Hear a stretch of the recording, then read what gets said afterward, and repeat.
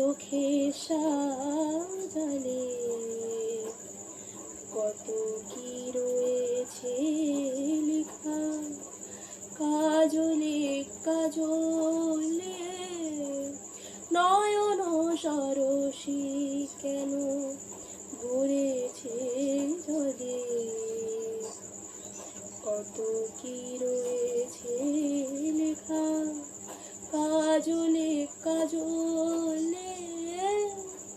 নয়ন সরসী কেন